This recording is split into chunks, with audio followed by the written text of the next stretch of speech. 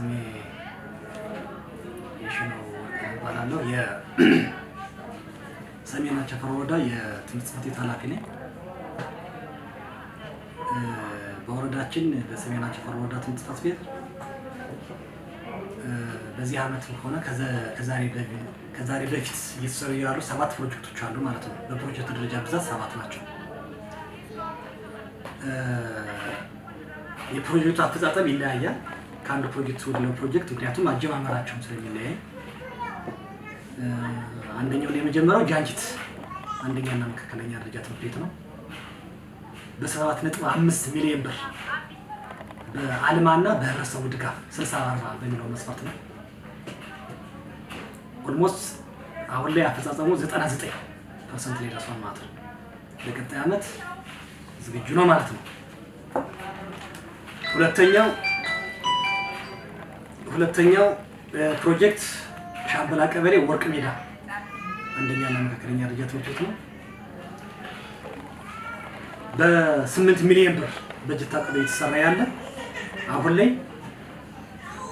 በአልማ ድጋፍ እየተሰራ ያለና በዚህ ዓመት የሚጠናቀቅ አፈጻጸሙ ወርቅ ሜዳ 85% ደርሷል ማለት ነው።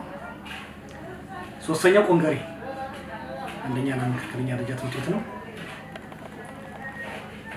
ቆንገሬ አንደኛና መካከለኛ ደረጃ ትምህርት ቤት በ8 ሚሊዮን ብር በአልማና በህብረተሰቡ ድጋፍ 60/40 በሚለው መርካማ ማከን የተሰራ ያለ ፕሮጀክት ነው። አሁን ላይ አፈጻጸሙ 90% ላይ ደርሷል ማለት ነው። አራተኛው ይስማላ ሁለተኛ ደረጃ ትምህርት ቤት ነው። እንግዲህ ይስማላ ሁለተኛ ደረጃ ትምህርት ቤት እየተሰራ ያለው G+1 ነው። ፕሮጀክቱ የተጀመረ ከ5 ዓመት በፊት ነው። ቆሞ ነበር። ነገር ግን አሁን በአልማ ቦርድ የጋራ በማድረግ ትምህርት ቤቱ ቢገነባ ይጠቅማል ብለን ስላሰብን ተጀምሮ ቆይቷል። አሁን ግን ለማጠናቀቂያ 8 ሚሊዮን ብር መድበን ጠቅላላ የፈጀው እስካሁን ድረስ አሁን 17 ሚሊዮን ብር ይፈጃል ነው ብለን ያዝነው G+1።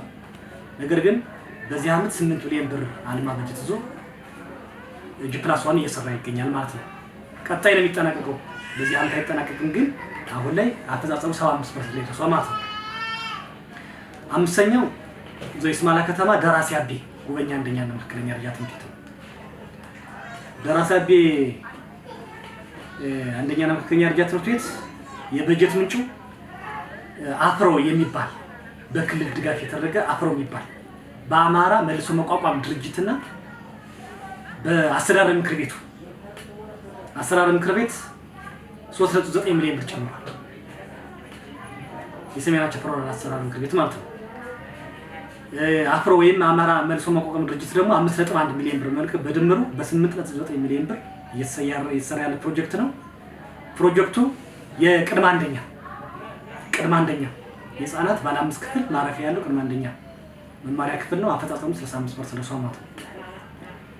ሌላው ስድስተኛው መሀል ጋሾላ ትምህርት ቤት ነው። መሀል ጋሾላ ቀበሌ ላይ መሀል ጋሾላ ትምህርት ቤት ላይ እየተሰራ ያለ መጸዳጃ ቤት አንድ የወንዶች መጸዳጃ፣ አንድ የወንድ፣ አንድ የሴት ደረጃውን የጠበቀና MHO የሴቶች የንጽህና መጠበቂያ ማለት ነው። የበጀት መጠን 3.1 ሚሊዮን ብር፣ አፈጻጸሙ 50% ደርሷል። የበጀት ምንጭ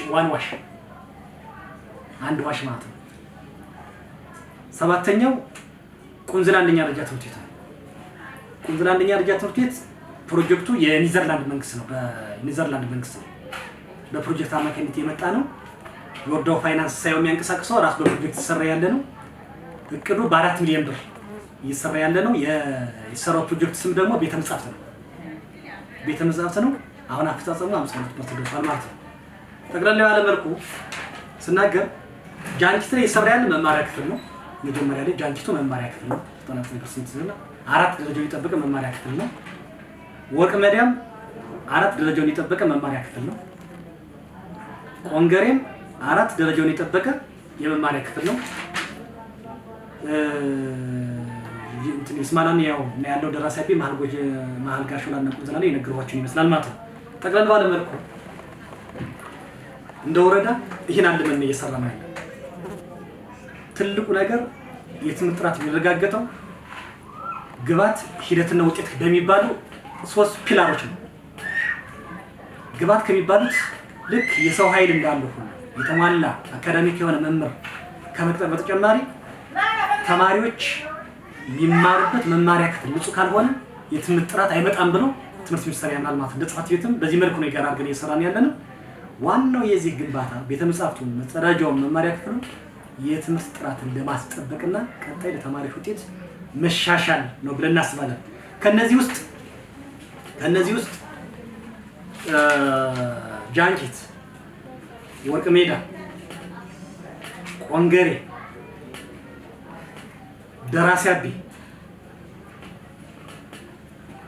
ቁንዝላ እና የመሃል ጋሾላ መጸዳጃ ቤት ለ2019 ዓመተ ምህረት ክፍት ይሆናሉ ብለን እናስባለን። መጀመሪያው መስከረም፣ ሌሎች ግን በሂደትና ጊዜውን ጠብቆ የሚሰሩ ናቸው ያለው ነገር ይሄ ነው።